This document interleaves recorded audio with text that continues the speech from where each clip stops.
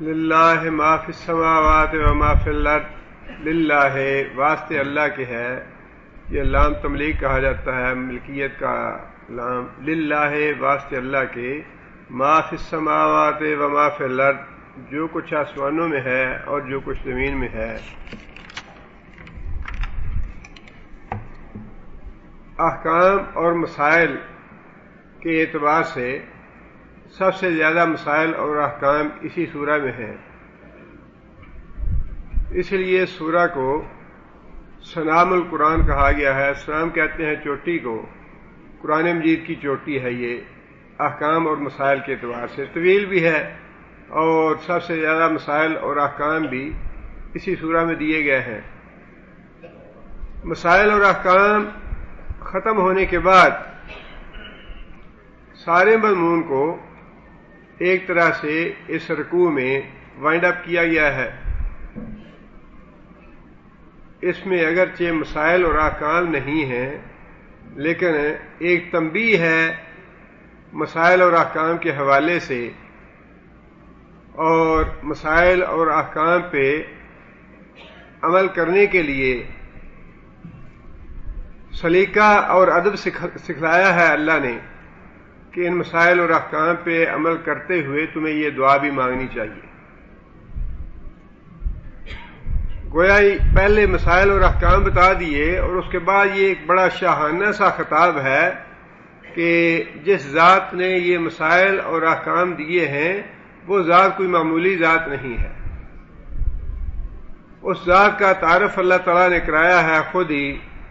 جو کچھ بھی آسمانوں میں ہے اور جو کچھ زمین میں ہے وہ سارے کا سارا اللہ کے لیے ہے. کہیں یہ فرمایا ہے کہ للہ ملک السماوات والارض، زمین اور آسمانوں کی بادشاہی اللہ کے لیے ہے. وما فیہن، اور جو کچھ زمین اور آسمان کے درمیان ہے اس کی بادشاہی بھی اللہ کے لیے ہے. گویا اللہ تعالیٰ کی ایک صفت کا ذکر ہے کہ اللہ تعالیٰ مالک ہے سارے جہانوں کا، زمین کا بھی اور آسمان کا بھی، اور ان زمین و آسمان کے درمیان جتنی مخلوق ہے ان سب کا مالک ہے. اور مالک کا یہ حق ہے کہ وہ جس طرح کا حکم دے غلام کو اس حکم پہ عمل کرنا چاہیے. مالک کی یہ اتھارٹی ہے، وہ جیسا چاہے حکم دے. غلام یہ نہیں کہہ سکتا کہ یہ حکم کیوں دیا گیا ہے، یا اس حکم پہ تو میں عمل کرتا ہوں اس میں میں عمل نہیں کر سکتا. وہ مالک ہے، اگرچہ اس کے ہر حکم میں حکمت ضرور ہے، لیکن یہ اس کا حق ہے، یہ اس کی اتھارٹی ہے کہ وہ جس طرح کا چاہے حکم دے اپنے غلاموں کو، اور جس طرح کے فرمان چاہے وہ جاری فرمائے. اس لیے پہلے تو یہی بات اللہ نے فرمائی کہ جو احکام دینے والی ذات ہے وہ کوئی معمولی ذات نہیں ہے، بلکہ وہ مالک ہے تمہاری بھی اور زمین و آسمان کے درمیان جو کچھ ہے اس کی بھی، اور زمین اور آسمان کی بھی. اور اپنی اسی ملکیت کے اظہار کے لیے اللہ تعالیٰ نے یہاں تک یہ بات ارشاد فرمائی کہ زمین و آسمان کا مالک جو ہے اس کو یہ حق بھی پہنچتا ہے کہ اگر وہ عیسیٰ علیہ الصلوۃ والسلام کو، عیسیٰ علیہ الصلوۃ والسلام کی والدہ کو، اور جو کچھ بھی جتنی مخلوق ہے زمین میں ساری کی ساری مخلوق کو ہلاک کرنا چاہے تو کوئی دوسری ایسی ہستی نہیں جو اس کا ہاتھ پکڑ سکے یا روک سکے. یہ ہے وہ ذات جو تمہیں یہ مسائل اور احکام بتا رہی ہے یا ان کا حکم دیا جا رہا ہے. آگے پھر یہ بات دوسری ارشاد فرمائی اور اس کا تعلق بھی اللہ تعالیٰ کی صفت کے ساتھ ہے. وَإِن تُبْدُوا مَا فِي أَنفُسِكُمْ، وَإِن تُبْدُوا، اور اگر تم ظاہر کرو، ما وہ چیز جو فی انفسکم تمہارے دلوں میں ہے، اور تخفو ہو یا اس کو چھپا کے رکھو، یحاسبکم بہ اللہ، اللہ تعالیٰ اس کا تم سے حساب لے لے گا. اس اللہ تعالیٰ کی ایک صفت میں بہت سی چیزیں ہیں. ایک بات تو یہ ہے کہ اللہ تعالیٰ کی ذات علیم ہے اور خبیر ہے. انسان جو کچھ اپنی زبان سے یا اپنے اعضاء اور جوارے سے عمل کرتا ہے وہ تو ہر ایک کو معلوم ہو جاتا ہے اور ہر ایک کو اس کا علم ہے، لیکن اللہ فرماتے ہیں وما تخفو ہو او تخفو ہو، یا تم اس کو اپنے دل میں رکھتے ہو تو اللہ وہ بھی جانتا ہے۔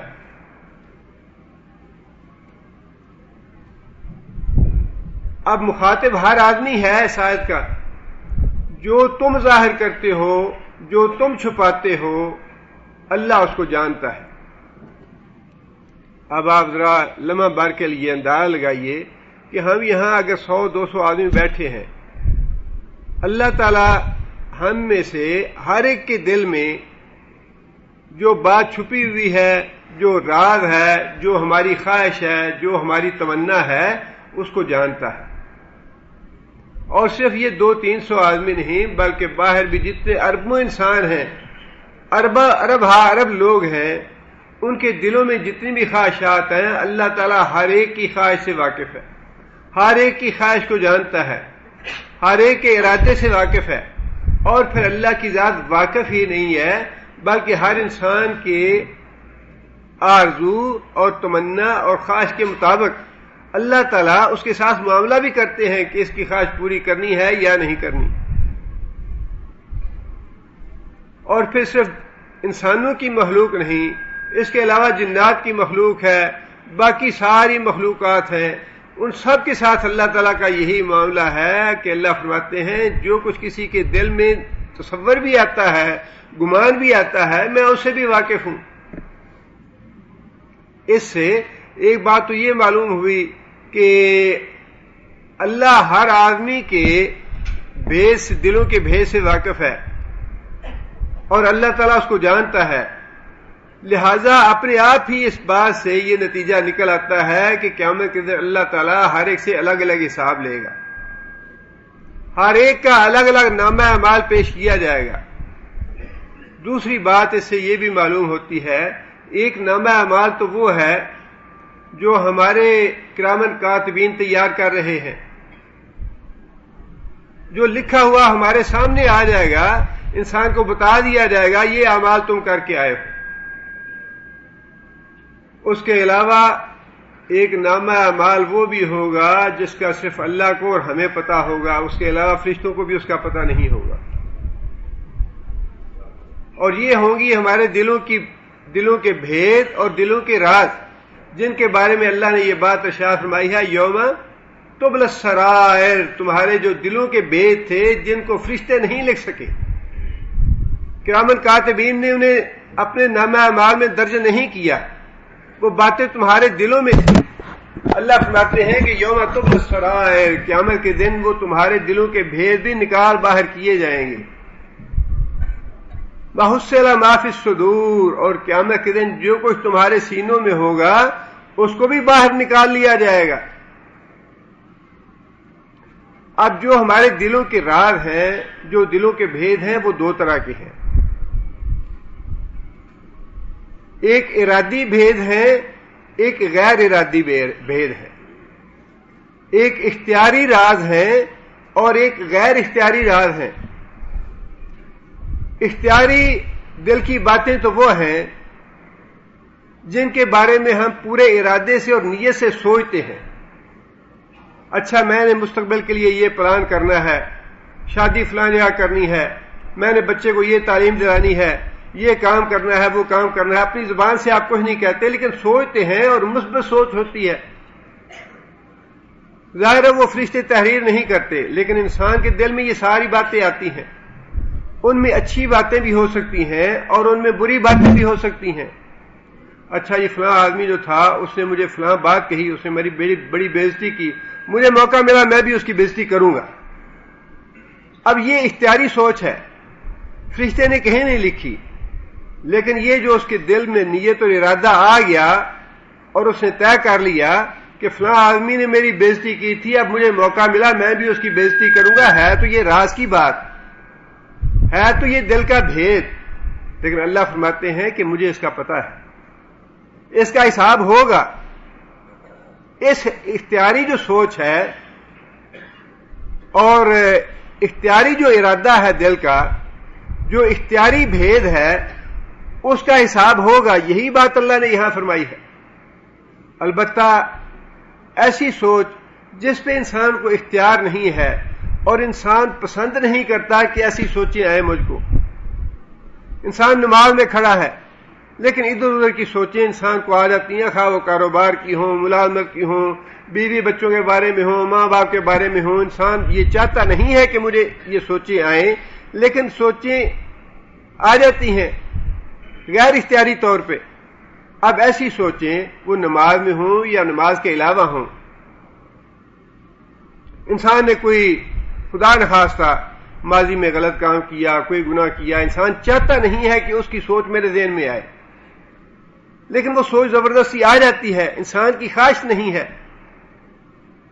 یہ دو طرح کی سوچیں ہیں، دو طرح کی بید ہیں یا ارادے ہیں دل کے.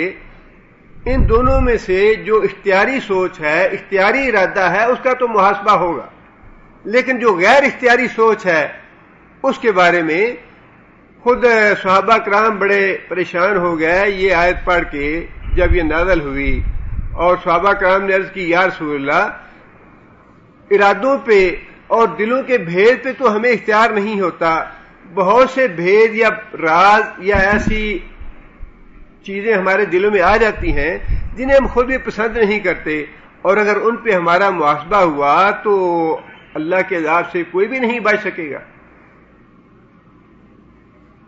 اس وقت نبی صلی اللہ علیہ وسلم نے صحابہ کرام کو یہ بات ارشاد فرمائی، اچھا تم لوگ اس آیت کے جواب میں یہ کہہ دو سمعنا واطعنا.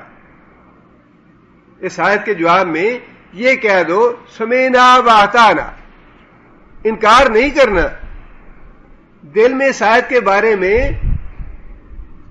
کوئی رد عمل ظاہر نہیں کرنا، بلکہ کہنے زبان سے یہی کہو سمعنا واطعنا کہ یا اللہ ہم نے آپ کا حکم سن لیا اور ہم اس کی اطاعت کریں گے. اس میں یہ تعلیم ہے کہ شریعت کا جو بھی حکم ہے مسلمان کا یہ کام ہے کہ اس کے آگے سر جھکا دے، مین میخ نہ کرے، اس پہ چون چڑھا نہ کرے، اس پہ تنقید نہ کرے، اس پہ خواہ اس پہ کوئی دل میں بات آئے بھی تو انسان زبان سے یہی بات نکالے سمعنا واطعنا.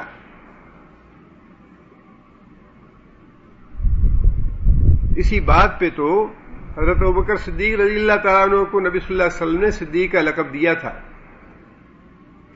جب نبی صلی اللہ علیہ وسلم معراج سے واپس آئے اور صبح کافروں کو بتایا کہ میں بیت المقدس سے ہو کے آیا ہوں، راتوں رات گیا بھی تھا، واپس بھی آ گیا ہوں، کافروں نے مذاق اڑایا نبی صلی اللہ علیہ وسلم کا.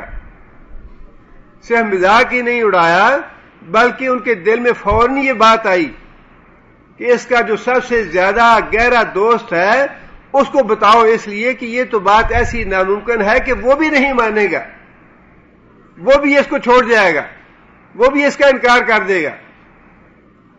لہذا کافر بھاگے بھاگے حضرت ابوبکر صدیق رضی اللہ تعالیٰ عنہ کے پاس گئے کہ سنا تم نے تمہارا دوست صاحب کیا کہتا ہے؟ حضرت ابوبکر نے کہا کہ کیا کہتے ہیں؟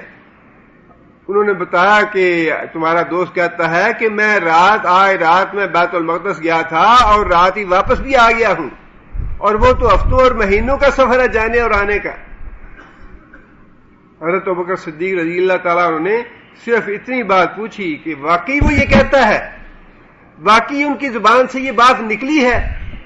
بس اس تصدیق کی ضرورت ہے کہ اگر اللہ کے رسول کی زبان سے یہ بات نکلی ہے تو پھر مجھے بتاؤ. لوگوں نے کہا کہ ہاں وہ اپنی زبان سے یہ بات کہتا ہے.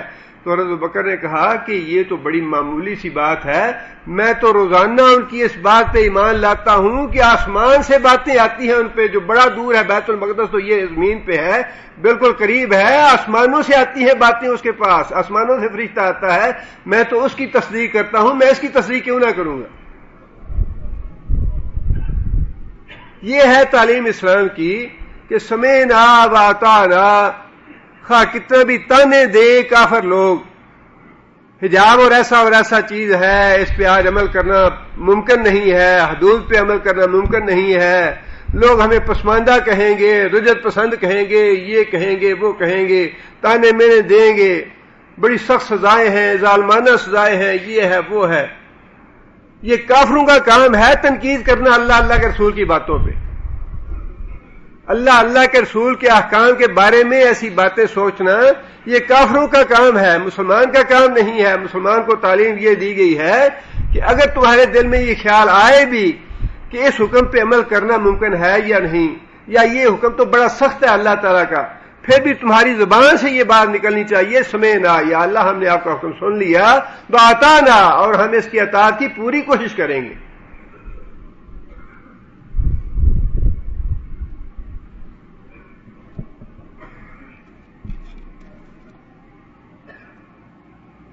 اللہ فرماتے ہیں کہ جو تم ظاہر کرو گے اس کا حساب بھی اللہ تعالیٰ لے لیں گے، اور جو تمہارے دلوں کے راز ہوں گے، جو تمہارے دلوں کی باتیں ہوں گی، اللہ تعالیٰ اس کا حساب بھی لے لیں گے۔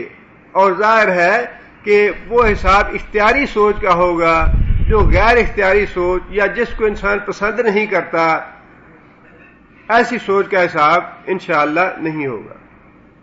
آگے پھر اللہ فرماتے ہیں فَيَغْفِرُ لِمَن يَشَاءُ وَيُعَذِّبُ مَن يَشَاءُ، یہ اللہ تعالیٰ کی تیسری صفت ہے۔ اللہ تعالیٰ کا اقتدار اور اختیار جو ہے وہ مطلق ہے، اور اللہ تعالیٰ کی اس صفت میں کوئی دوسرا شریک نہیں ہے۔ اللہ تعالیٰ کی اس صفت میں کوئی دوسرا شریک نہیں ہے۔ اللہ فرماتے ہیں میں جسے چاہوں گا اس کو معاف کر دوں گا، جسے چاہوں گا اس سے مواخذہ کروں گا، اسے عذاب کروں گا۔ اب دلوں کی سوچیں جو ہیں، دلوں کے بھید اور دلوں کے راز، ان کا انحصار انسان کی نیت پہ ہے، اور اللہ تعالیٰ نیتوں کو جانتا ہے۔ ہر انسان کی نیت کے مطابق اس کا محاسبہ ہوگا، اور اللہ تعالیٰ مالک الملک ہیں۔ وما أدراك ما يوم الدين ثم ما أدراك ما يوم الدين يوم لا تملك نفس لنفس شيئا والأمر يومئذ لله۔ آج بھی اختیار اور قدرت، طاقت صرف اللہ تعالیٰ کے پاس ہے، لیکن قیامت کے دن تو اللہ فرماتے ہیں کہ کسی کو مجال نہیں ہوگی میرے سامنے بات کرنے کی، سفارش کرنے کی بات نہیں ہوگی، بات کرنے کی مجال نہیں ہوگی۔ اور اللہ تعالیٰ کا کوئی ہاتھ پکڑنے والا نہیں ہوگا۔ اللہ تعالیٰ کسی کو معاف کرنا چاہیں گے تب اللہ کا ہاتھ کوئی نہیں روک سکے گا، اور اگر اللہ تعالیٰ کسی کو پکڑنا چاہیں گے تو اللہ تعالیٰ کا ہاتھ روکنے والا کوئی نہیں ہوگا۔ واللہ لا ادری واللہ لا ادری وانا رسول اللہ، اللہ کی قسم میں نہیں جانتا، اللہ کی قسم میں نہیں جانتا، اور میں اللہ کا رسول ہوں۔ ما یفعل بی ولا بکم، قیامت کے دن میرے ساتھ کیا ہونے والا ہے، تمہارے ساتھ کیا ہونے والا ہے۔ حالانکہ بڑی باتیں اللہ کے رسول نے بتا بھی دی کہ قیامت کے دن میری ہی سفارش قبول ہوگی، میں ہی سب سے پہلے سفارش کروں گا، میں ہی جنت کا دروازہ کھٹکھٹاؤں گا، میرے لیے ہی سب سے پہلے جنت کا دروازہ کھولا جائے گا، میرے ہاتھوں میں ہی حمد کا سب سے اونچا جھنڈا ہوگا، اور میرے ہی امتی سب سے زیادہ ہوں گے جو سب سے زیادہ جنت میں جائیں گے، سب سے پہلے میری امت جنت میں جائے گی۔ بڑی باتیں امت کو بتا بھی دیں، لیکن اللہ تعالیٰ کا خوف اور اللہ تعالیٰ کا ڈر اتنا ہے کہ فرمایا کہ میں اللہ کا رسول ہوں، اور لا ادری میں نہیں، اللہ کی قسم میں نہیں جانتا، اللہ کی قسم میں نہیں جانتا کہ میرے ساتھ کیا ہونے والا ہے، تمہارے ساتھ کیا ہونے والا ہے۔ اللہ تعالیٰ کی یہ جو مطلق طاقت ہے، اس سے انسان کو ڈرتے رہنا چاہیے۔ اللہ کا خوف یہ ایمان کا حصہ ہے، اللہ کا خوف دل میں رہنا یہ ایمان کا حصہ ہے۔ اللہ کی رحمت کی امید بھی رہنی چاہیے، اور اللہ کا خوف بھی رہنا چاہیے۔ خوف جب انسان اللہ کا ڈر یا اللہ کا خوف ختم ہو جائے تو پھر تو انسان آزاد ہو گیا۔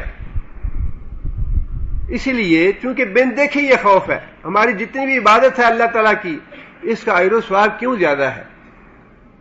انسان کے فطرت میں یہ بات رکھی گئی ہے کہ انسان غیب پہ نہ توکل کرتا ہے، نہ غیب سے خوف کھاتا ہے، نہ غیب کی چیز سے ڈرتا ہے، بلکہ جو سامنے چیز ہوتی ہے اس پہ انسان توکل بھی کرتا ہے، اس سے انسان ڈرتا بھی ہے، اس سے خوف کھاتا ہے.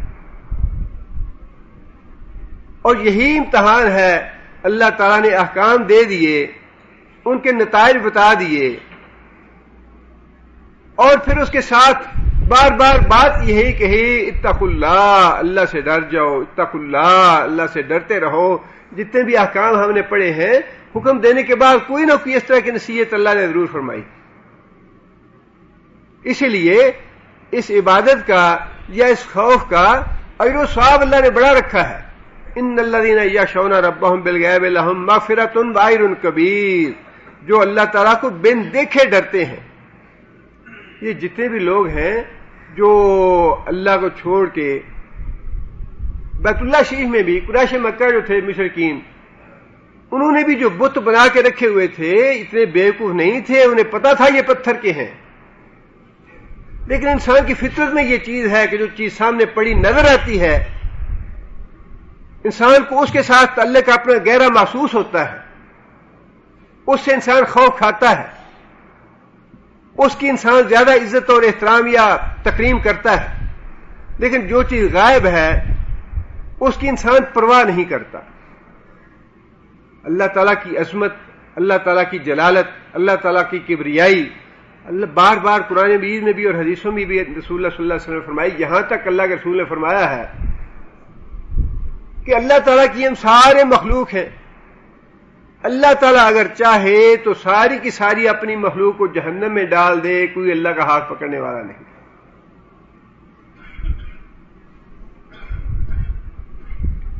اور فرمایا کہ تم سارے کے سارے لوگ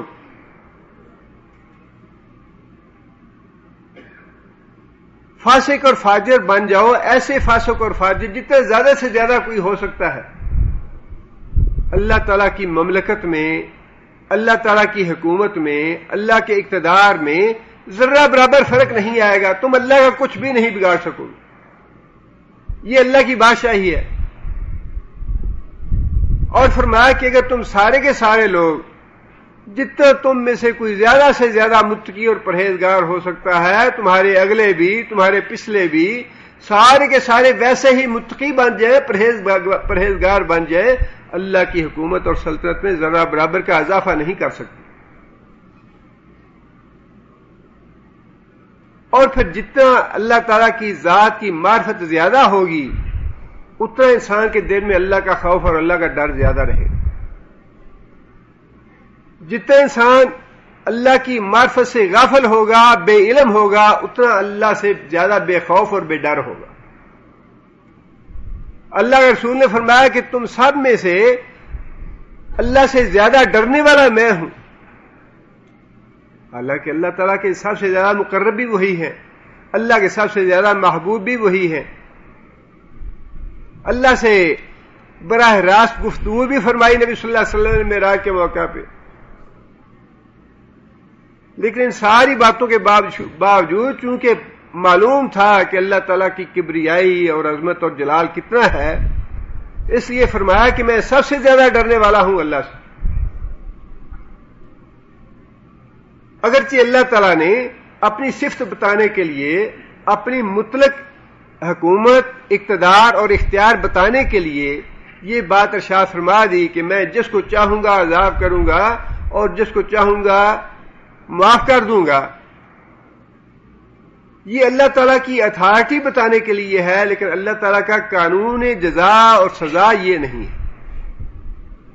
اللہ تعالیٰ کا قانون جزا اور سزا اور ہے، اور اللہ تعالیٰ کی اتھارٹی، اللہ کی حکومت، اللہ کا اقتدار اور اختیار یہ اور چیز ہے. اقتدار اور اختیار تو یہ ہے کہ اللہ تعالیٰ سارے کے سارے لوگوں کو جہنم میں ڈال دے، کسی کی مجال نہیں کوئی یہ کہے کہ اللہ نے ایسے کیوں کیا. اتھارٹی تو یہ ہے، لیکن قانون اللہ کا یہ نہیں ہے. قانون اللہ کا یہی ہے کہ جو نیک عمل کریں گے ان کو میں نیک جزا دوں گا، اور جو برے عمل کریں گے ان کو سزا دوں گا. اور پھر یہ شاہ کا مفہوم بھی جو ہم اپنے معنوں میں لیتے ہیں وہ نہیں ہے. ہماری چاہت میں اور اللہ تعالیٰ کی چاہت میں زمین آسمان کا فرق ہے. ہماری چاہت جو ہے کبھی درست بھی ہو سکتی ہے، کبھی غلط بھی ہو سکتی ہے. ہم اپنی خواہش سے، اپنے ارادے سے، اپنی چاہت سے 100 پلاننگ کرتے ہیں، پروگرام بناتے ہیں، بعض ان میں سے درست ثابت ہوتے ہیں، بعض ان میں غلط ثابت ہوتے ہیں، بعض فائدہ مند ثابت ہوتے ہیں، بعض نقصان دہ ثابت ہوتے ہیں، لیکن اللہ کی ذات جو ہے وہ سبحان ہے۔ اللہ تعالیٰ کی چاہت میں، اللہ تعالیٰ کے انتخاب میں، اللہ تعالیٰ کی اس تقسیم میں قطعاً کوئی غلطی نہیں ہے۔ اللہ جس کو عذاب دیں گے ٹھیک ٹھیک اسی کو دیں گے جو اس کا مستحق ہوگا۔ اللہ تعالیٰ جس کو جنت میں بھیجنا چاہیں گے ٹھیک اسی آدمی کو جنت میں بھیجنا چاہیں گے جو اس کا مستحق ہوگا۔ اس لیے کہ انسان کے اور اللہ تعالیٰ کے علم میں بھی فرق ہے۔ اللہ تعالیٰ کا علم کبھی غلط نہیں ہو سکتا۔ اللہ ہر آدمی کے بارے میں جانتے ہیں اس نے کیا اعمال کیے۔ ہمارا انسان کا معاملہ جو ہے، اللہ تعالیٰ معاف کرے، ہمیں تو بعض اوقات بڑا تعجب ہوتا ہے جو لوگ اللہ کو چھوڑ کے یا اللہ کے علاوہ دوسروں کو بھی شریک بناتے ہیں اللہ کا۔ اللہ نے تو یہ فرمایا کہ میں تو کرامن کاتبین کے تیار کیے ہوئے اعمال نامے کا بھی محتاج نہیں ہوں، اس کا بھی مجھے سارا پتا ہوگا شروع سے لے کر آخر تک کہ ہر آدمی کے نامہ اعمال میں کیا لکھا ہے، وہ کیا کر کے آیا ہے، اور اس کے ساتھ جو تمہارے دلوں کی باتیں ہیں وہ تو میں نے الگ ریکارڈ کر رکھی ہیں، وہ الگ مجھے یاد ہوں گی۔ اور اللہ نے قرآن میں یہ بات ارشاد فرمائی کہ لا یضل ربی ولا ینسان، بھول چوک ہے ہی نہیں۔ جب سے دنیا بنی ہے تب سے لے کر قیامت تک جتنے بھی انسان ہوں گے، ہر انسان کے دلوں کے خیالات، تمنائیں، آرزوئیں اور بھید سارے کے سارے الگ الگ اللہ تعالیٰ واقف ہوں گے اس سے۔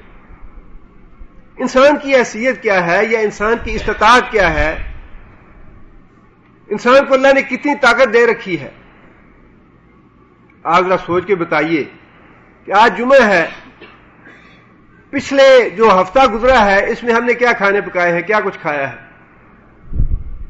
2 ہفتے پہلے کا بات کر لیجیے، 1 مہینے کا تو سوال ہی نہیں پیدا ہوتا کسی کو یاد رہے کیا باتیں کہی تھیں اور کیا کھانے پکائے تھے، کیا کچھ کھایا تھا، کیا کچھ پیا تھا۔ انسان بھول جاتا ہے، 1 ہفتے کی انسان کی استطاعت اتنی ہی ہے۔ اور جنہیں ہم بنا لیتے ہیں اللہ کا شریک کہ عبد القادر جیلانی بھی اللہ کے شریک ہیں، اولاد دیتے ہیں، علی حجویری یہ کرتے ہیں، مشکل کشا ہے، فلاں ہے فلاں ہے، تھے تو انسان ہی وہ بھی۔ اللہ تعالیٰ نے 2 ہاتھ دیے، 2 پاؤں دیے، 2 کان دیے، 2 آنکھیں دیں، 1 ناک جو ہمارا ہے۔ انسانی جو استطاعت تھی یا انسانی ہمت تھی وہ تو اتنی ہی تھی جتنی عام انسان کی ہوتی ہے۔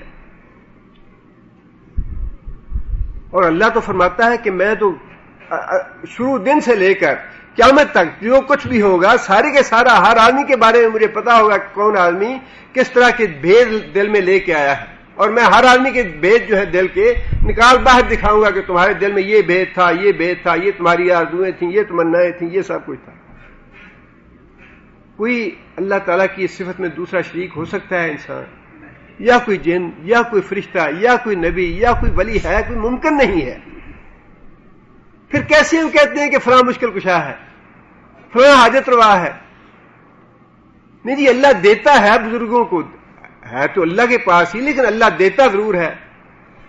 بار بار اللہ کہتا ہے کہ یہ تو میری اتھارٹی ہے، میں نے کسی لا یشرک فی حکمی احد، اللہ نے نہیں بار بار فرمایا یہ میں شریک کرتا نہیں ہوں کسی کو اپنے حکم میں، اپنی حکومت میں، اپنی سلطنت میں، اپنے اقتدار میں میں کسی کو شریک کرتا نہیں ہوں۔ اس لیے اس میں اللہ تعالیٰ نے اپنی اس صفت کا اظہار فرمایا ہے کہ جو احکام میں نے دیے ہیں ان کا مجھے پورا حق ہے کہ میں اپنی مخلوق کو جیسے احکام چاہیں دوں۔ اس میں پردے کے احکام بھی ہیں، وراثت کے احکام بھی ہیں، نکاح کے احکام بھی ہیں، طلاق کے احکام بھی ہیں، نماز روزے کے، حج کے، زکوٰۃ کے، صدقہ خیرات کے۔ کوئی ایسا ٹاپک نہیں ہے جو سورہ بقرہ میں رہ گیا ہو۔ اللہ تعالیٰ نے سارے احکام دینے کے بعد پہلی بات یہ فرمائی کہ میں مالک ہوں، میں جیسے چاہوں گا کام دوں، تم بندے ہو، تمہارا کام یہ ہے کہ اسمعنا واطعنا کہو۔ اور دوسری بات یہ فرمائی کہ جو کچھ بھی تم کرو گے، خواہ وہ ظاہراً کرو یا تمہارے دلوں کے بھید یا راز ہوں گے، ان کا میں محاسبہ کر لوں گا، ان کا حساب لے لوں گا۔ اور تیسری بات یہ فرمائی کہ میں جسے چاہوں گا عذاب دوں گا اور جس کو چاہوں گا اس کو جنت میں بھیجوں گا۔ فادخلی جنتی، جنت میری ہے، کسی کے باپ کی نہیں ہے، کسی پیغمبر یا ولی یا کسی کی نہیں ہے، اللہ کے رسول کا کے لیے بھی دروازہ بند ہوگا جنت کا۔ یہ جو کہتے ہیں جی ہاں جی ہاتھ میں ہاتھ دے دیا، بیعت کر لی، جہاں جائیں گے لے جائیں گے، جنت میں جائیں گے جہنم میں لے جائیں گے، اور جنت میں بھی جانے والا کوئی کسی کو لے کے نہیں جائے گا۔ یہ بات دل سے نکال دیں کہ فلاں جنت میں گیا تو جنت میں لے جائے گا، جنت کا دروازہ تو اللہ کے رسول کے لیے بھی بند ہوگا۔ اللہ کا رسول بھی اپنی مرضی سے نہیں جا سکے گا، اللہ کے رسول کو بھی دروازہ ناک کرنا پڑے گا، جا کے بتانا پڑے گا کہ میں اللہ کا رسول ہوں محمد صلی اللہ علیہ وسلم، اور فرشتہ کہے گا کہ ہاں اللہ نے مجھے حکم دیا ہے کہ دروازہ کھولو اس کے لیے۔ اس لیے اللہ تعالیٰ نے قرآن میں یہ بتا دیا ہے کہ جنت کسی کی نہیں ہے، نہ کسی پیغمبر کی ہے، نہ ولی کی ہے، نہ فرشتے کی ہے، نہ جن کی ہے، کسی کی نہیں ہے۔ جنتی، یہ میری جنت ہے، میں جس کو چاہوں گا داخل ہونے دوں گا، جس کو چاہوں گا داخل نہیں ہونے دوں گا۔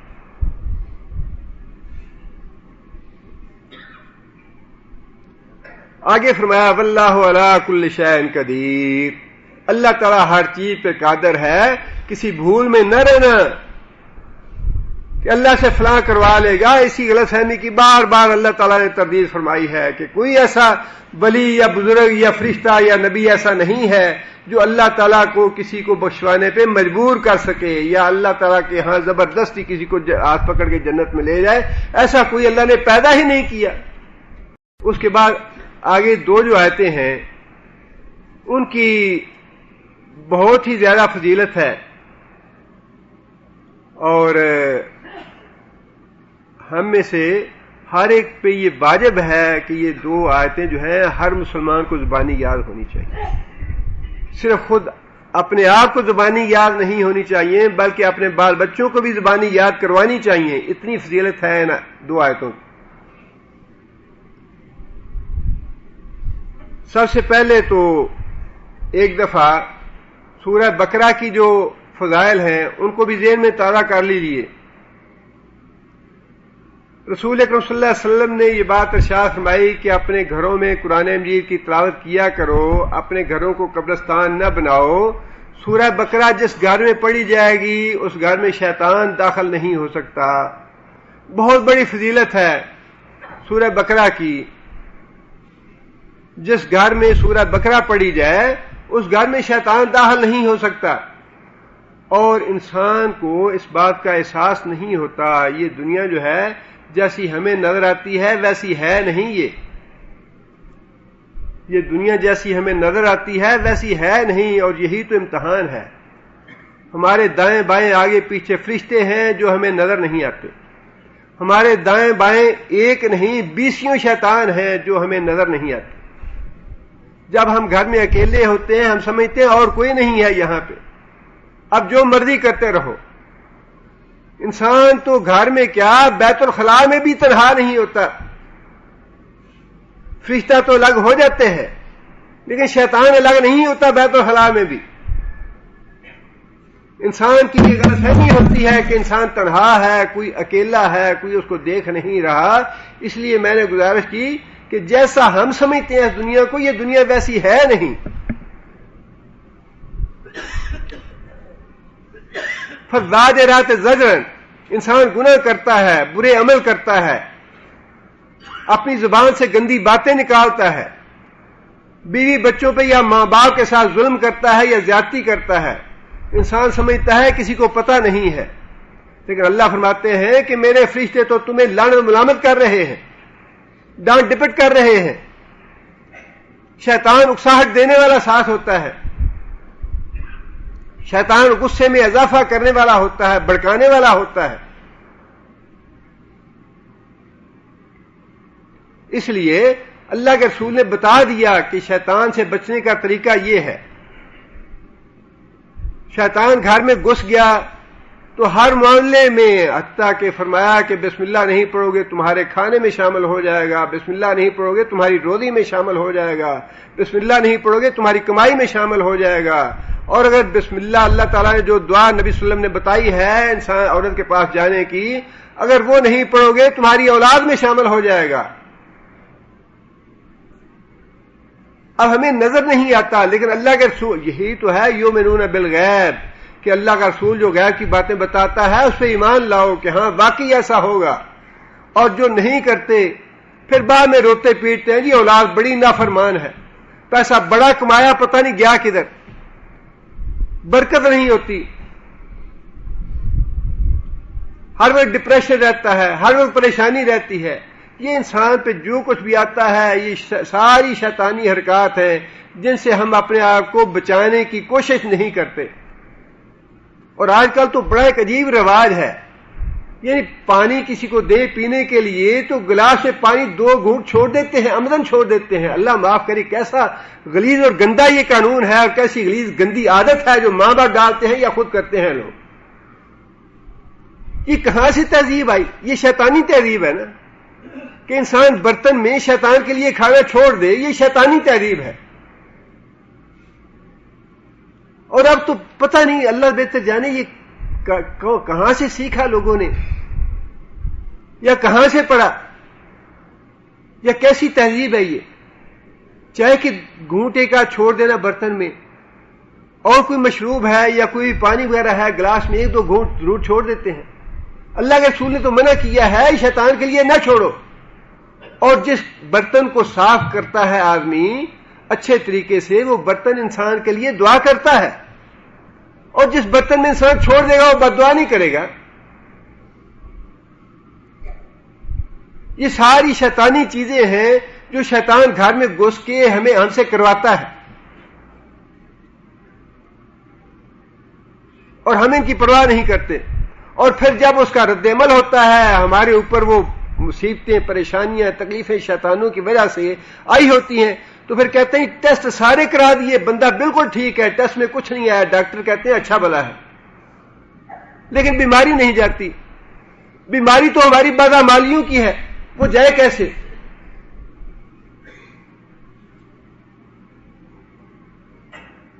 اللہ کے رسول نے فرمایا کہ جس گھر میں سورہ بقرہ پڑھی جائے اس گھر میں شیطان داخل نہیں ہو سکتا۔ اور پھر یہ بات ارشاد فرمائی نبی صلی اللہ علیہ وسلم نے، قیامت کے دن سورہ بقرہ اور سورہ آل عمران جو اب انشاءاللہ شروع کرنے والے ہیں، ان دونوں کے فضائل میں نبی صلی اللہ علیہ وسلم نے یہ بات ارشاد فرمائی کہ قیامت کے دن انسان کے اوپر یہ 2 صورتیں بادل بن کے، سایہ بن کے آئیں گی، اور اللہ تعالیٰ سے جھگڑا کریں گی انسان کی شفاعت اور بخشش کے لیے، سفارش کریں گی بخشش کے لیے، یہ دونوں صورتیں۔ اور پھر اسی سورہ میں 3 آیتیں اپنے مضمون کے اعتبار سے بڑی معروف اور مشہور ہے، ان کی بڑی فضیلت ہے، بڑی اہم ہے اپنے مضمون کے اعتبار سے بھی۔ کون کون سی ہیں 3 آیتیں؟ جی، اور دوسری آیتیں؟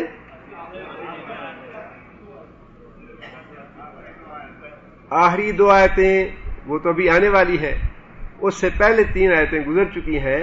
ایک تو آیت الکرسی ہے جس کی بڑی فضیلت ہے کہ یہ انسان جب صبح کے وقت پڑھ لیتا ہے شام تک شیطان سے محفوظ ہو جاتا ہے، اور جب شام کو پڑھ لیتا ہے تو صبح تک انسان شیطان سے محفوظ ہو جاتا ہے۔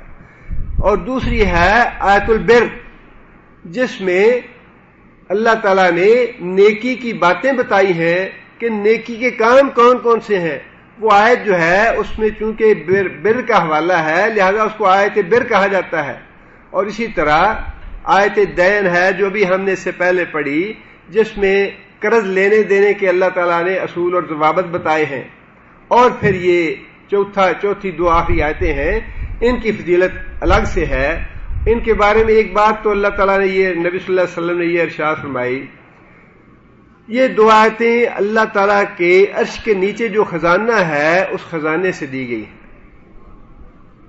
یہ بات ہمارے لیے بڑی معمولی ہے، لیکن آپ اندازہ لگائیے کہ ایک تو یہ قرآن مجید جو ہے یہ لوح محفوظ سے نازل ہوا ہے، لوح محفوظ سے نازل کیا گیا ہے، بڑی دور سے اور بڑی اونچی جو ہستی ہے اللہ کی ذات اس کی طرف سے بھیجا گیا کلام ہے۔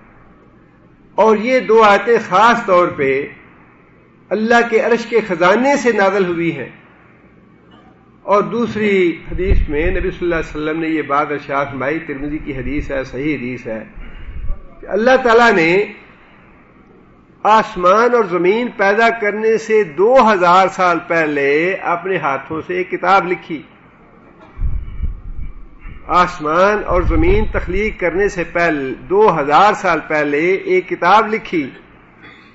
اس کتاب میں سے اللہ تعالیٰ نے یہ 2 آیتیں نازل فرمائی، جس کا مطلب یہ ہے کہ یہ 2 آیتیں جو ہیں اللہ تعالیٰ نے زمین و آسمان کی پیدائش سے 2000 سال پہلے لکھ کے اپنے پاس رکھی۔ اور پھر تیسری بات نبی صلی اللہ علیہ وسلم نے یہ فرمائی کہ مجھے معراج کے موقع پہ 3 تحفے اللہ نے عطا فرمائے ہیں۔ 3 تحفے ہیں۔ کون کون سے 3 تحفے ہیں؟ پہلا تحفہ تو نماز کا ہے، جس کا ہم روزانہ ستیہ ناش کرتے ہیں، الا من شاء اللہ، جس کو اللہ نے توفیق دی ہے۔ اور دوسرا تحفہ کون سا ہے؟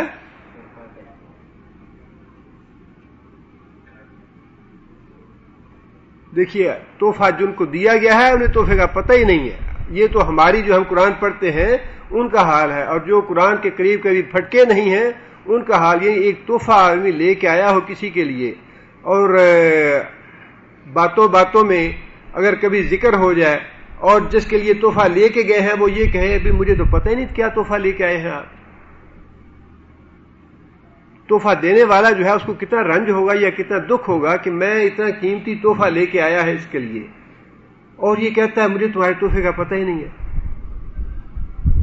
لیکن یہ باتیں تو اس کے لیے ہیں جس کو فی الواقع احساس ہے کہ تحفہ دینے والی ذات کون سی ہے، اس کے تحفے کی کتنی قدر و قیمت ہے۔ اللہ نے نبی صلی اللہ علیہ وسلم نے فرمایا کہ اللہ کے عرش کے خزانے سے اللہ نے اپنا تحفہ ہمیں تحفہ یہ بھیجا ہے۔ اور یہ 2 آیتیں جو ہیں یہ اللہ کے وہی معراج کا تحفہ ہے۔ یہ نبی صلی اللہ علیہ وسلم نے فرمایا کہ یہ سورہ بقرہ کی جو آخری 2 آیتیں ہیں یہ اللہ نے مجھے تحفے کے طور پہ دی ہیں معراج کے موقع پہ۔ اس کا مطلب یہ نہیں کہ یہ نازل اس وقت ہوئی معراج کے موقع پہ، بلکہ عین ممکن ہے نزول کا وقت بھی وہی ہو، اس لیے کہ یہ جو 2 آیتیں ہیں ان کے نزول کا زمانہ ہجرت سے 1 سال پہلے کا ہے، اور معراج جو ہے اس کی تاریخ کے بارے میں تعین نہیں ہے۔ بعض لوگوں نے 1 سال پہلے کہا ہے، بعض لوگوں نے کم و بیش مدت کا ذکر کیا ہے، لیکن یہ بات مسلم شریف کی حدیث سے ثابت ہے کہ نبی صلی اللہ علیہ وسلم نے فرمایا کہ معراج کے موقع پہ سورہ بقرہ کی آخری 2 آیتیں اللہ نے مجھے ہدیے کے طور پہ دی۔ اللہ کا تحفہ ہے یہ مسلمانوں کے لیے۔ اور تیسرا تحفہ یہ ہے، نبی صلی اللہ علیہ وسلم نے فرمایا کہ اللہ نے میرے ساتھ یہ وعدہ کیا ہے کہ جو آدمی میرے ساتھ شرک نہیں کرے گا میں اس کے گناہ معاف کر کے اس کو جنت میں داخل کروں گا۔ یہ بھی تحفہ ہے اللہ کا، ہدیہ ہے اللہ کی طرف سے مسلمانوں کے لیے۔ یغفر لمن یشاء ویعذب من یشاء کا اصول تو وہاں بھی ہوگا کہ جو کبائر کے مرتکب ہوں گے ان میں سے جس کو اللہ چاہیں گے معاف کریں گے، جس کو چاہیں گے سزا دیں گے، لیکن اگر اس نے شرک نہیں کیا تو سزا کے بعد اللہ اس کو نکال کے جنت میں بھیج دیں گے۔ لیکن یہ اللہ کا وعدہ ہے کہ جو شرک نہیں کرے گا، خواہ وہ معافی کے بعد سیدھا جنت میں چلا جائے، خواہ وہ اپنی سزا بھگتنے کے بعد جنت میں جائے، لیکن اللہ کا وعدہ جو ہے یہ پورا ہے، ہو کے رہے گا کہ جس نے شرک نہیں کیا بالآخر اس کو اللہ تعالیٰ جنت میں ضرور بھیجے گا۔ نبی صلی اللہ علیہ وسلم نے فرمایا کہ یہ 3 چیزیں اللہ تعالیٰ نے مجھے ہدیے کے طور پہ دی معراج کے موقع پہ۔ اور یہاں پہ ویسے تو اس بات کا اس موضوع سے تعلق نہیں ہے، لیکن معراج کے حوالے سے حضرت ابراہیم علیہ السلام نے جب ملاقات ہوئی نبی صلی اللہ علیہ وسلم کی تو نبی صلی اللہ علیہ وسلم کے ذریعے ایک پیغام بھیجا ہمیں کہ اپنی امت کو یہ پیغام دینا میری طرف سے، اپنی امت کو پیغام دینا میری طرف سے۔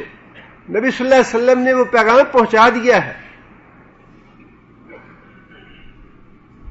لیکن ہم میں سے کتنے ہیں جن کو اس پیغام کا علم ہے؟ حضرت ابراہیم علیہ السلام نے جو پیغام ہمیں بھیجا ہے، مسلمان کا کام یہ ہے، ہماری یہ اللہ تعالیٰ معاف کرے، میرا بھی یہی حال ہے، میں ایسے نہیں کہتا کہ میں بڑا عالم فاضل، میں تو خود طالب علم ہوں، لیکن یہ ہے کہ ہمیں تھوڑا سا ان معاملات میں یہ محسوس کرنا چاہیے کہ ہمارے دین کے علم کی حالت کیا ہے۔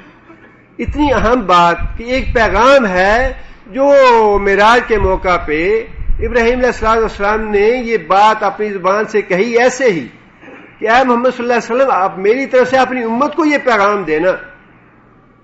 پہلی بات تو یہ کہ اپنی امت کو میری طرف سے سلام کہنا، دوسری بات یہ کہ اپنی امت کو یہ پیغام دینا کہ جنت کی زمین جو ہے بڑی زرخیز اور بڑی سرسبز ہے، بڑی زرخیز ہے زمین جنت کی، اور اس میں ڈالنے کے لیے بیج کون سا ہے؟ سبحان اللہ والحمد للہ ولا الہ الا اللہ۔ یہ بیج ڈالیں گے تو بڑے پھل لگے گا اس کو۔ یہ پیغام ہے ابراہیم علیہ السلام کا امت محمدیہ کے لیے۔ جتنا بھی وقت ہمیں ملے اپنے ڈیوٹی سے یا ادھر ادھر کاموں سے، دین کی چیزوں کا مطالعہ کرنا چاہیے۔ ایسی چیزیں جو ہیں یہ تو چن چن کے انسان کو تلاش کرنی چاہیے قرآن و حدیث میں، اور انسان کو ان پہ عمل کرنا چاہیے۔ اور پھر ان آیات کے بارے میں فضیلت کی ایک اور حدیث یہ ہے، نبی صلی اللہ علیہ وسلم فرماتے ہیں کہ میرے پاس جبرائیل علیہ السلام بیٹھے تھے، اچانک زور کی آواز آئی اور اس کے بعد مجھے جبرائیل علیہ السلام نے یہ بات کہی کہ آج آسمانوں کا وہ دروازہ کھلا ہے جو اس سے پہلے کبھی نہیں کھلا تھا، اور آسمانوں سے اللہ تعالیٰ نے ایسے فرشتے کو نازل کیا ہے جو اس سے پہلے کبھی نازل نہیں ہوا۔ اس کا مطلب یہ ہے بڑی کوئی اہم بات ہے، بڑی اہمیت کی بات ہے جو اللہ تعالیٰ بھیجا ہے ایسے فرشتے کو جو اس سے پہلے کبھی نازل نہیں ہوا۔ پھر اس کے بعد جبرائیل علیہ السلام نے کہا کہ اے محمد صلی اللہ علیہ وسلم، یہ فرشتہ میرے پاس ہے اور یہ فرشتہ آپ کو سلام کہہ رہا ہے۔ نبی صلی اللہ علیہ وسلم نے اس کے سلام کا جواب دیا، اور پھر جبرائیل علیہ السلام نے کہا کہ فرشتے نے یہ بات کہی ہے کہ اے محمد صلی اللہ علیہ وسلم، آپ کو مبارک ہو، آپ کو مبارک ہو، اللہ تعالیٰ نے آپ کو 2 نور عطا فرمائے ہیں۔ وہ 2 نور کون سے ہیں؟ ایک نور سورہ فاتحہ ہے اور دوسرا نور سورہ بقرہ کی یہ 2 آخری آیتیں۔ سورہ فاتحہ پہ اور ان 2 آیتوں پہ فرشتے نے مبارک دی نبی صلی اللہ علیہ وسلم کو۔ اس سے آپ اندازہ لگائیے کہ کتنی اہمیت ہے ان 2 آیتوں کی۔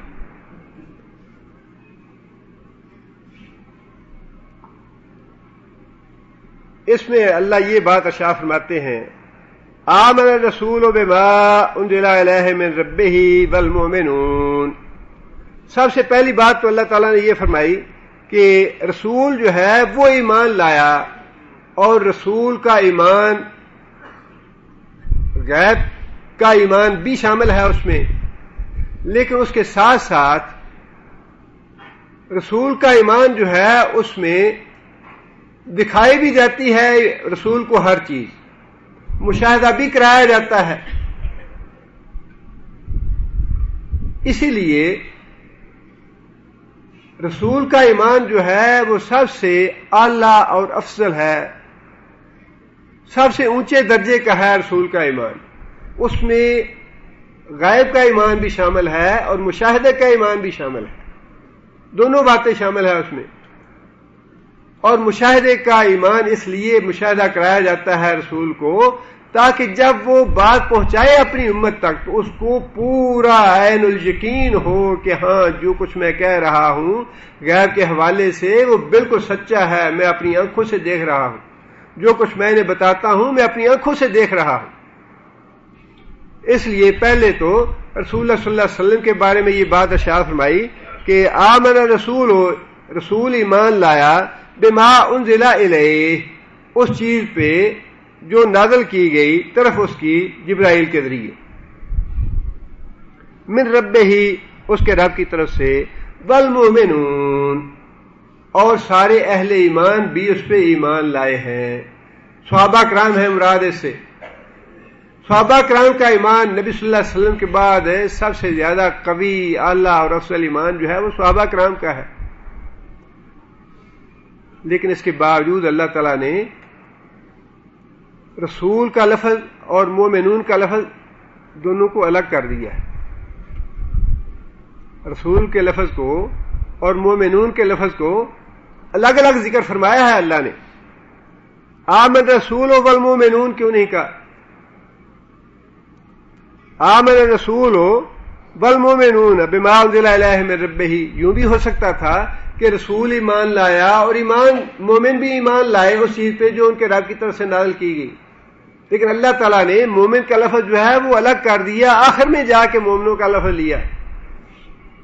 رسول ایمان لایا اس تعلیم پہ جو نازل کی گئی ان کے رب کی طرف سے، اور مومن بھی ایمان لائے. فرق کرنے سے مقصود یہی ہے کہ لوگوں کو بتا دیا جائے کہ رسول جو ہے وہ اپنے ایمان کے اعتبار سے تم سب سے زیادہ اعلیٰ اور افضل ہے. کوئی تم میں سے رسول کے ایمان کو نہیں پہنچ سکتا. صحابہ کرام کا ایمان خواہ کتنا قوی کیوں نہ ہو، لیکن ان سب کا ایمان جو ہے وہ رسول اللہ صلی اللہ علیہ وسلم کے ایمان کے درجے کو نہیں پہنچ سکتا. آگے پھر ایمان کے جو ارکان ہیں ان کی وضاحت فرما دی کہ ایمان کن چیزوں پہ لانا ضروری ہے، جس پہ رسول اللہ صلی اللہ علیہ وسلم بھی ایمان لائے ہیں اور مومن بھی ایمان لائے ہیں. فرمایا کل آمن باللہ، سارے کے سارے ایمان لائے باللہ اللہ پہ، وملائکتہ اور اس کے فرشتوں پہ، وکتبہ اس کی کتابوں پہ، ورسلہ اور اس کے رسولوں پہ. یہاں پہ کتنی چیزوں کا ذکر فرمایا اللہ نے؟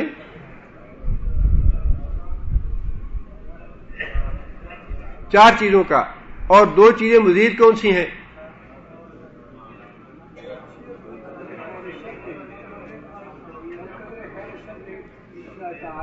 جی ہاں، آخرت اور تقدیر، یہ 6 ارکان ہیں ایمان کے.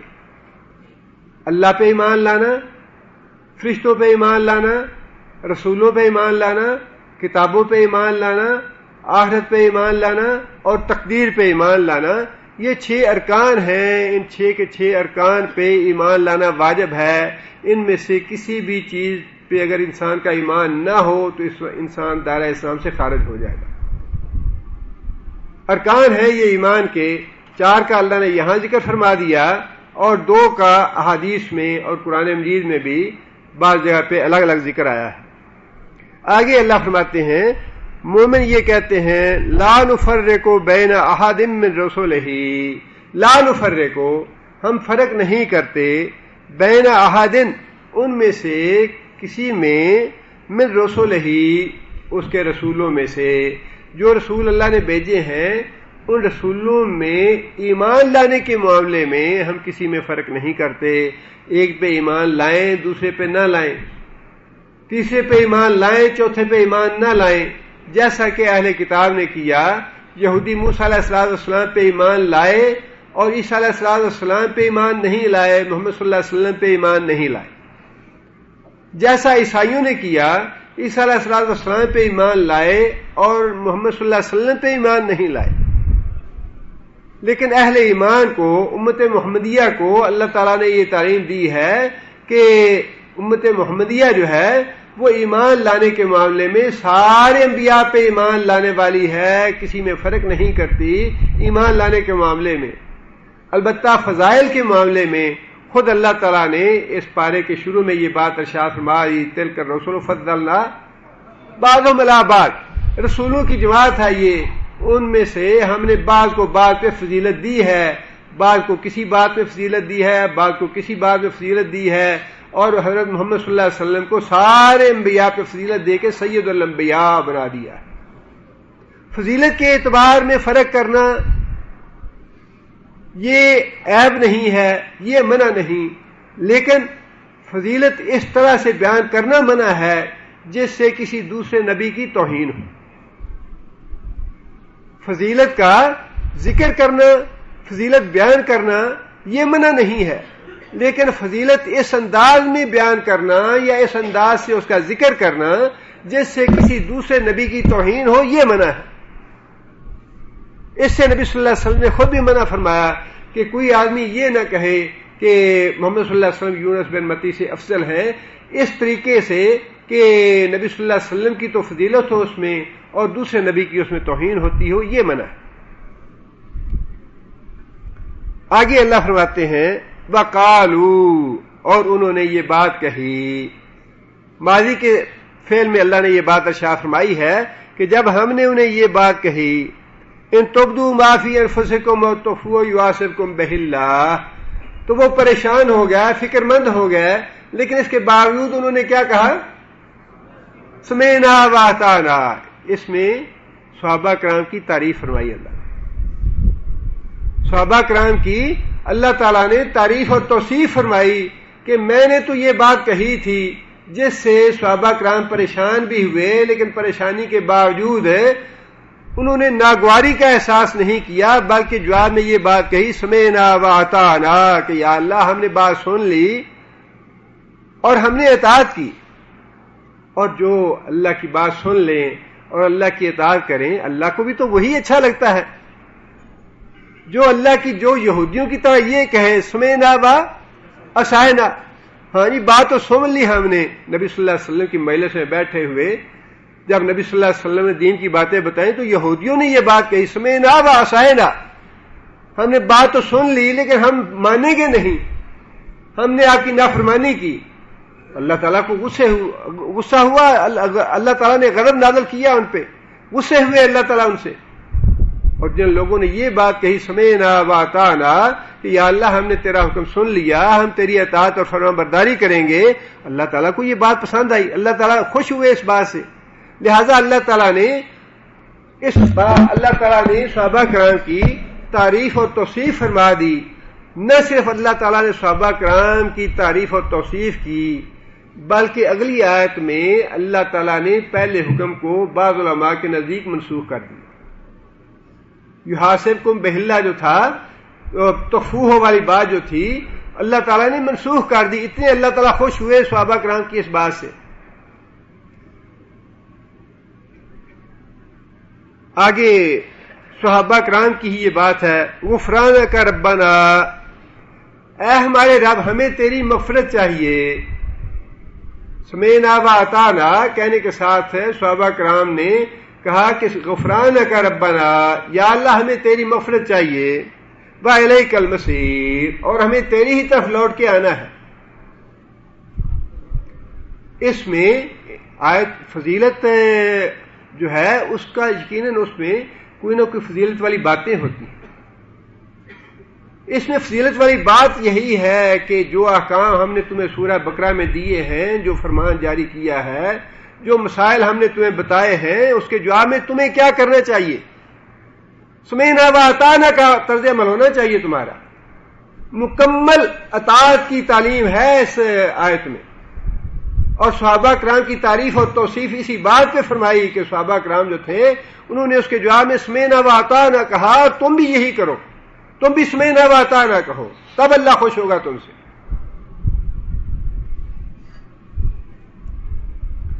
آگے پھر اللہ فرماتے ہیں لا یکلف اللہ نفسا الا وسعها، لا یکلف اللہ، اللہ تعالی تکلیف نہیں دیتے نفسا کسی جان کو، الا مگر وسعها جتنی اس کی طاقت ہے۔ اللہ تعالیٰ نے جو پہلی بات تھی اس کی وضاحت فرما دی کہ جو تمہارے غیر اختیاری دلوں کی باتیں ہیں، جو غیر اختیاری طور پہ تمہارے دلوں میں خیال آتے ہیں یا باتیں ہیں تمہارے اندر، اللہ تعالیٰ ان کا حساب نہیں لے گا، جن پہ تمہارا بس نہیں چلتا۔ اور یہ اللہ تعالیٰ کا بڑا احسان ہے کہ اللہ تعالیٰ نے بعض باتوں میں امت محمدیہ کو رخصت دی ہے، رعایت دی ہے۔ جس بات پہ انسان کا بس نہ چلے، بس نہ ہو، اللہ تعالیٰ نے رخصت دے دی اس میں کہ اس میں تم بے بس ہو، تم بے اختیار ہو، لہذا مواخذہ نہیں ہے۔ نیند ہے، نیند کی حالت میں کیا کچھ ہوا، نماز ضائع ہو گئی یا کوئی اور بات ہو گئی تو اس پہ کوئی مواخذہ نہیں ہے، اس لیے کہ نیند میں انسان بے بس ہے، انسان دیوانہ ہے، پاگل ہے۔ اب انسان بے بس ہے، اسے پتہ نہیں وہ کیا کہہ رہا ہے، کیا کر رہا ہے، فرمایا کہ اس پہ بھی کوئی مواخذہ نہیں ہے۔ فرمایا کہ اللہ تعالیٰ، صحابی کہتے ہیں کہ میں نے نبی صلی اللہ علیہ وسلم کے ہاتھ پہ بیعت کی، نبی صلی اللہ علیہ وسلم کی۔ نبی صلی اللہ علیہ وسلم نے جب مجھ سے بیعت لے لی تو نبی صلی اللہ علیہ وسلم نے مجھے یہ بات ارشاد فرمائی کہ ساتھ یہ بات کہو، لکرنی، نبی صلی اللہ علیہ وسلم نے مجھے تلقین کی، مجھے تاکید فرمائی کہ یہ بات کہو کہ میں آپ کی اطاعت کروں گا جتنی مجھ میں استطاعت ہو۔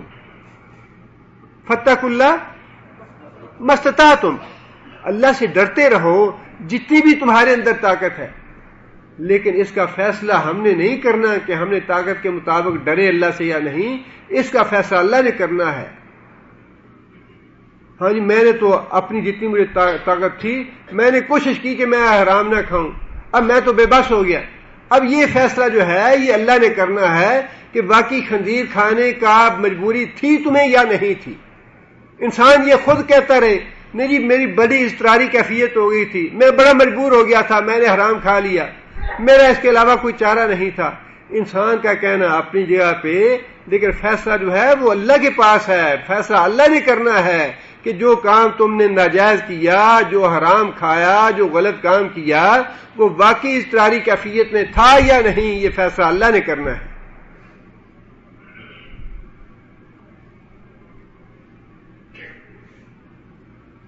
نبی صلی اللہ علیہ وسلم نے اسی معاملے میں یہ بات بھی اسی لیے ارشاد فرمائی ہے کہ اگر تم برائی کو دیکھو، ہاتھ سے تم روک سکتے ہو، تمہارے اندر طاقت ہے، تمہارا منصب ہے اور تمہارے اندر قوت ہے ہاتھ سے روکنے کی، تو تم پہ واجب ہے کہ ہاتھ سے روکو۔ لیکن اگر ہاتھ سے روکنے کی طاقت نہیں ہے، تمہیں اپنی جان کا خطرہ ہے یا فتنے کا خطرہ ہے، تو یہ حکم جو ہے یہ ساقط ہو گیا، ہاتھ سے روکنے کا حکم جو ہے ساقط ہو گیا۔ اس کے بعد دوسرا درجہ ہے، دوسرا درجہ کون سا ہے؟ اگر ہاتھ سے نہیں روک سکتے تو زبان سے روک لو۔ یہ ہے مستطاعتم والی بات، لا یکلف اللہ نفسا الا وسعها، اللہ تعالیٰ کسی کو اس کی ہمت اور طاقت سے زیادہ تکلیف نہیں دیتے، زیادہ بوجھ نہیں ڈالتے۔ اور اس میں بھی اللہ نے پھر رخصت دی ہے کہ اگر زبان سے تم بات نکالتے ہوئے بھی تمہیں ڈر لگتا ہے، اس سے بھی تمہیں فتنے کا خوف ہے، اس سے بھی تم یہ سمجھتے ہو کہ تمہاری جان کو کوئی نقصان پہنچائے گا، تو ٹھیک ہے، زبان سے بھی ہم تمہیں رخصت دے دیتے ہیں، زبان کا جو حکم ہے وہ بھی ساقط ہو گیا۔ لیکن اس کا تیسرا اور آخری درجہ یہ ہے کہ کم از کم اپنے دل سے تمہیں برائی کو برا جاننا چاہیے، اور دل سے برا جاننے میں تو کوئی انسان کو مجبوری نہیں ہے۔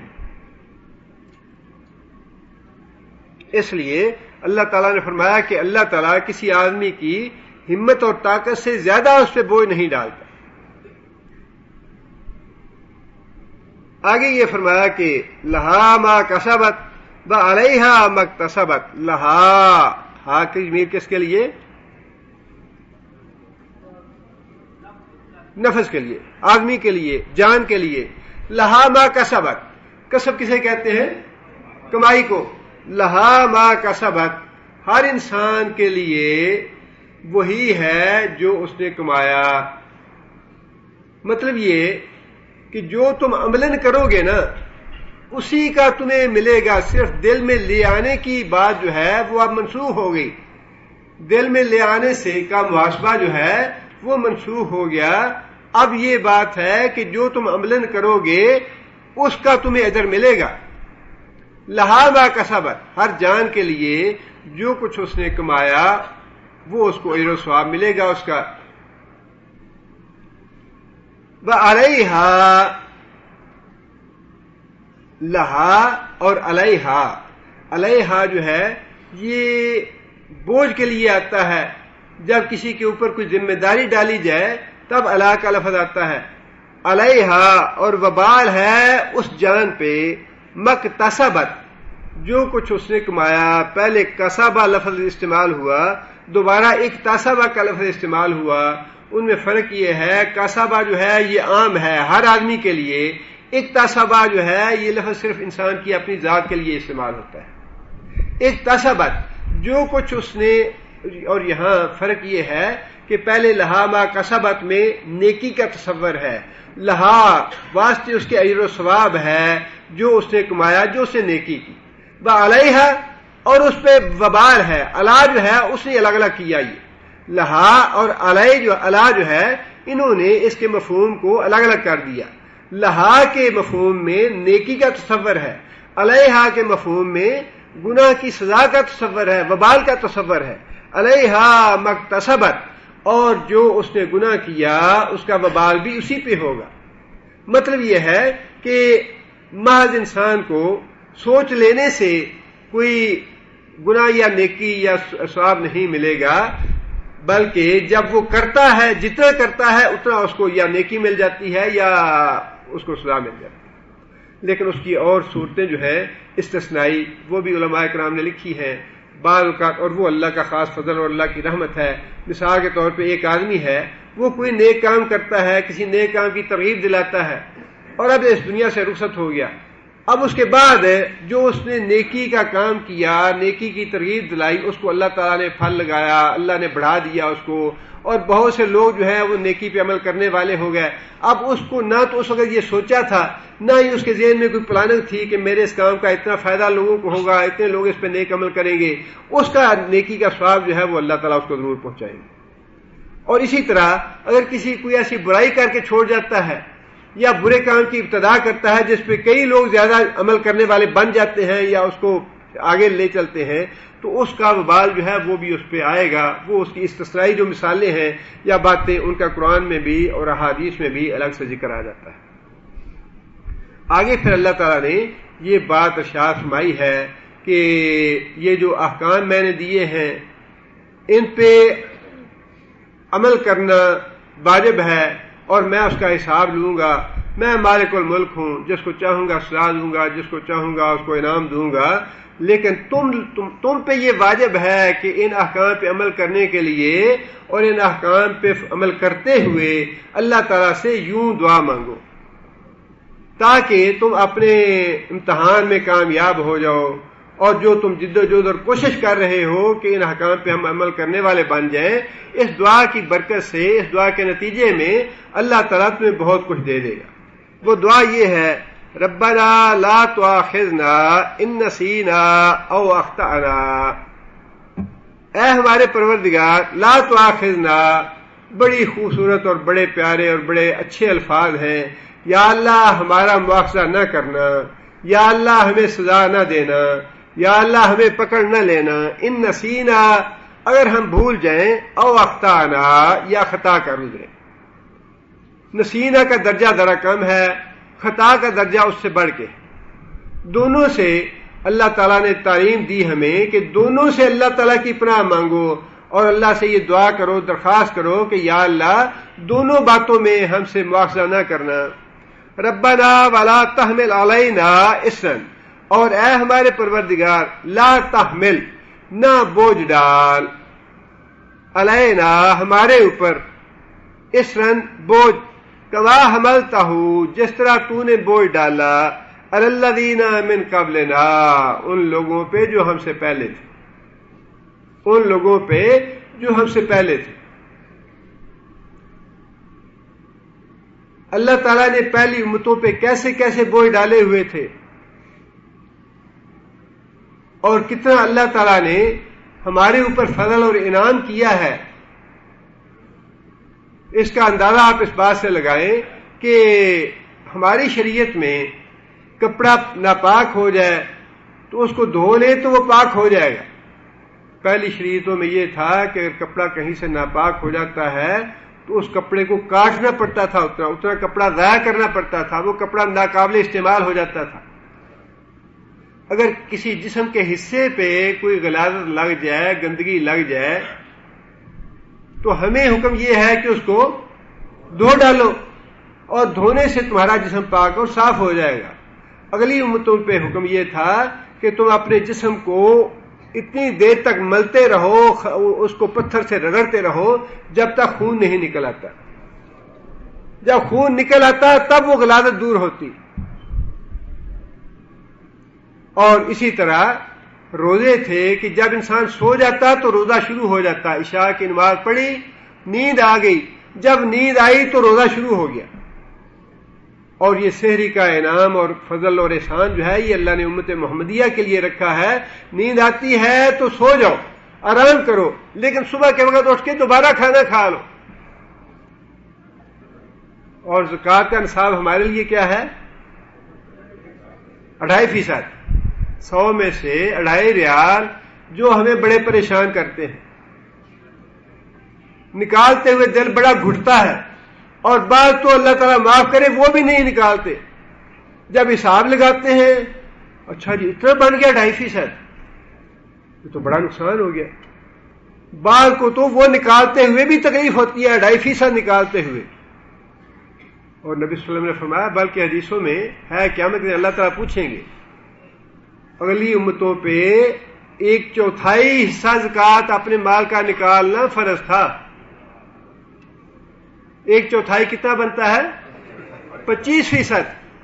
25% زکوٰۃ ان پہ واجب تھی، 25%، اور کہاں 2.5% اور کہاں 25%۔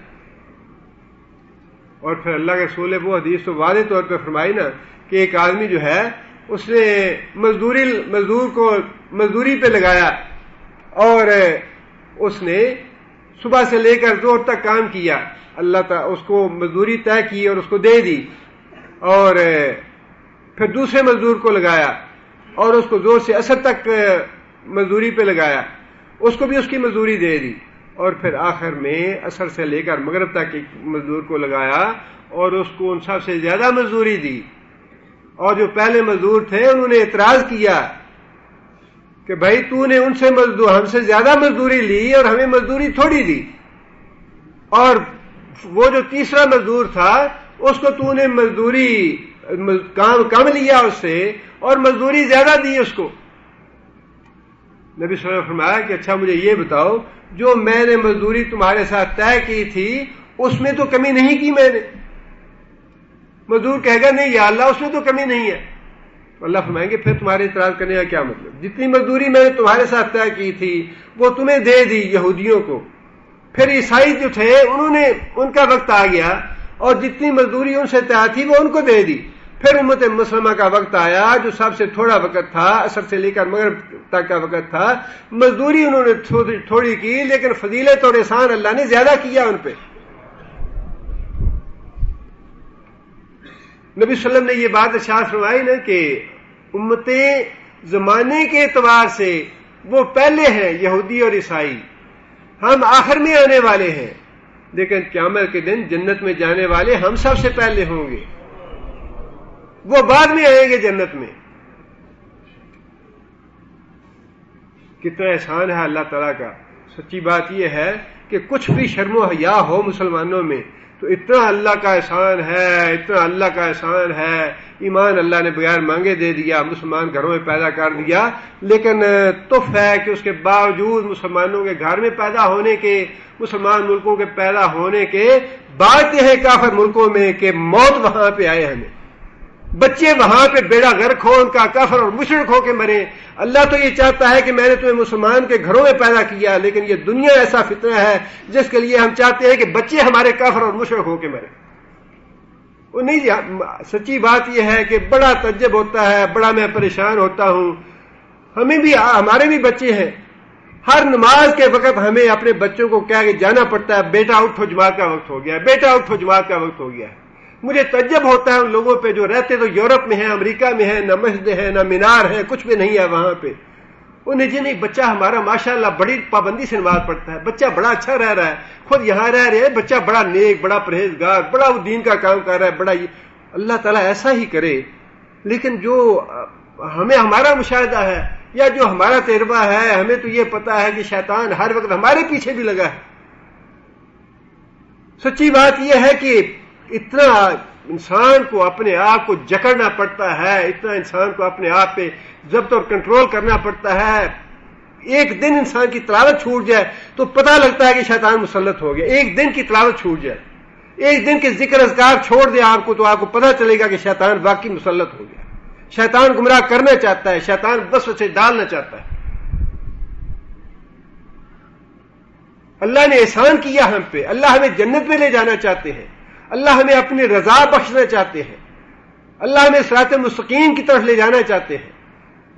اللہ نے ہمارے لیے سہولتیں پیدا کی ہیں, اللہ نے ہمارے اوپر انعام کیے ہیں, لیکن ہماری بد نصیبی ہے, ہماری محرومی ہے کہ ہم اللہ تعالیٰ کی رضا کو حاصل کرنے کے بجائے الٹے راستے پہ چلتے ہیں. نہیں, ہم نے کافروں میں جا کے رہنا اس دنیا کے لیے, ان چند تکوں کے لیے. اولے الالباب تو وہی تھے.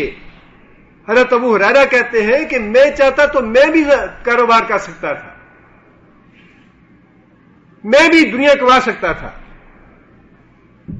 لیکن میں رسول اکرم صلی اللہ علیہ وسلم کے دروازے پہ بیٹھا رہتا تھا اور بھوک کی وجہ سے میری حالت یہ ہوتی تھی کہ میں گر پڑتا تھا اور لوگ میرے اوپر سے گزر جاتے تھے یہ سمجھتے ہوئے کہ شاید یہ تو مر گیا ہے.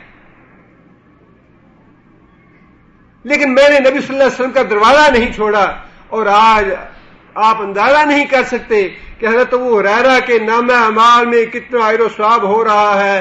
جو بھی بچہ دینی مدرسے میں پڑھنے جاتا ہے سب سے زیادہ حضرت ابو ہریرہ رضی اللہ تعالیٰ عنہ کا نام لیتا ہے, اور کسی صحابی کا نام اتنی دفعہ آتا نہیں حدیثوں میں جتنا حضرت ابو ہریرہ رضی اللہ تعالیٰ عنہ کا آتا ہے. دنیا تو ان کی بھی گزر گئی, زندگی تو ان کی بھی گزر گئی, خافاقے سے ہی گزری, لیکن اصل جو اثاثہ ہے, اصل جو متاع ہے, وہ تو وہی ہے جو ابو ہریرہ چھوڑ گیا ہے قیامت تک کے لیے. یہ ڈالر اور ریال کما کے کتنے کھا لیں گے, ہمیں سمجھ نہیں آتی کہ انسان کی, لیکن ہوس ہے نا انسان کی بھرتی نہیں ہے.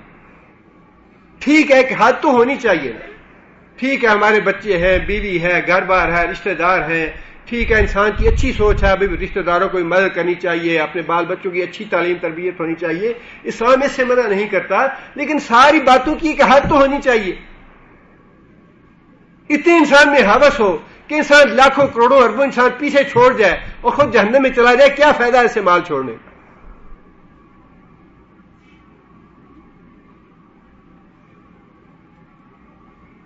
اللہ نے احسان کیے ہیں ہم پہ, شرعی احکام ہم پہ اللہ تعالیٰ نے بڑے ہلکے رکھے ہیں, اور اس کے باوجود یہ دعا سکھائی ہے کہ اللہ تعالیٰ سے یہ دعا بھی مانگو کہ یا اللہ ہم پہ اس سے زیادہ اور بوجھ نہ ڈال. ربنا ولا تحملنا ما لا طاقت لنا به, اے ہمارے پروردگار لا تحملنا, نہ اٹھوا ہم سے, ما لا طاقت لنا به, ایسے بوجھ جن کی ہمیں طاقت نہ ہو.